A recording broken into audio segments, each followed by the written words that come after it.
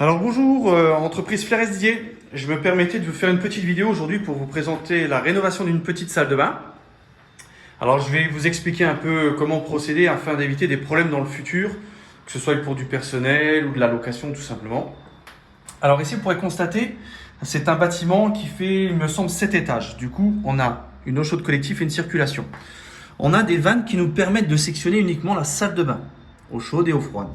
On a rajouté des collecteurs, ce qui vont nous permettre tout simplement, si j'ai un problème sur ma douche, de fermer uniquement ma douche. Si j'ai un problème sur le WC, uniquement le WC.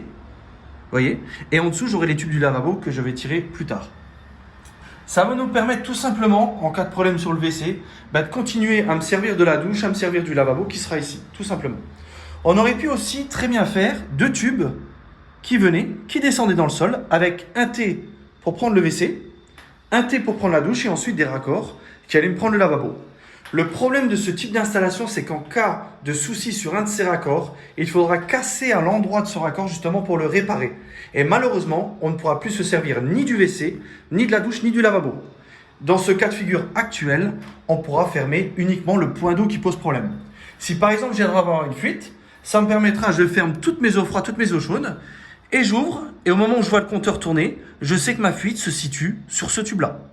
Et vu que c'est des tubes indépendants, regardez par exemple pour le WC, là vous voyez le tube là, il passe dans la gaine, et il arrive dans le WC, du coup je pourrais démonter uniquement le tube du WC.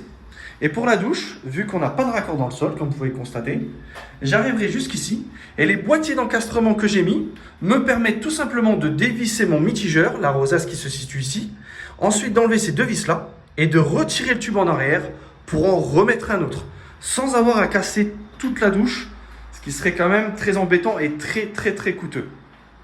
Alors vous pourrez constater qu'on a fait tous les écoulements en tube Réo, avec des coups de 45 degrés Nicole. Alors pourquoi des coups de 45 degrés? Tout simplement, ça va faciliter considérablement l'écoulement et aussi permettre le débouchage avec un furet sans avoir de crainte à bloquer ce câble de furet dans cette canalisation. Ce qui nous obligerait, vous le comprenez bien, à casser et à refaire cette canalisation.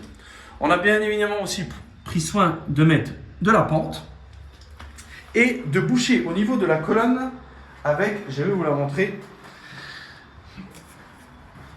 la Schluter Cardifix pour avoir vraiment une étanchéité optimale au niveau du raccordement de la colonne.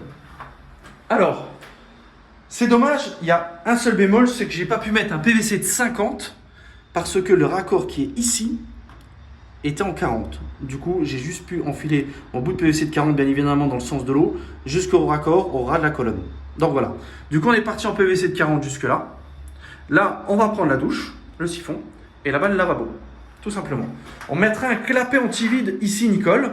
Justement, ce clapet-là va permettre de laisser rentrer de l'air dans la conduite afin de faire comme une ventilation de colonne et permettre un écoulement qui sera bien meilleur.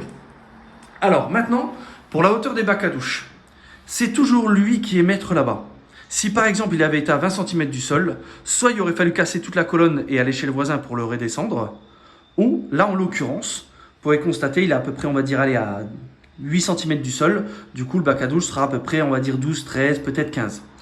Mais cet avantage d'avoir une petite tablette devant, ça va nous permettre justement de démonter le siphon en cas de problème. Si par exemple une personne a mis du desktop, ou le joint est cassé, ou le siphon est cassé, ça nous permettra de le changer sans avoir à casser l'ensemble de la douche et de refaire toutes les étanchéités. Alors à part si vous avez une cave en dessous, un Porsche, là auquel cas vous faites un gros trou dans la dalle, vous posez votre bac à douche collé contre le sol, et là au moins vous aurez accès justement par cette cave.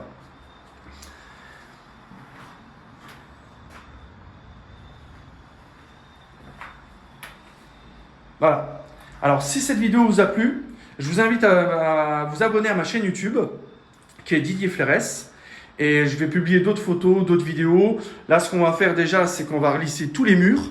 Et on va faire une étanchéité complète à la Nat Schluter.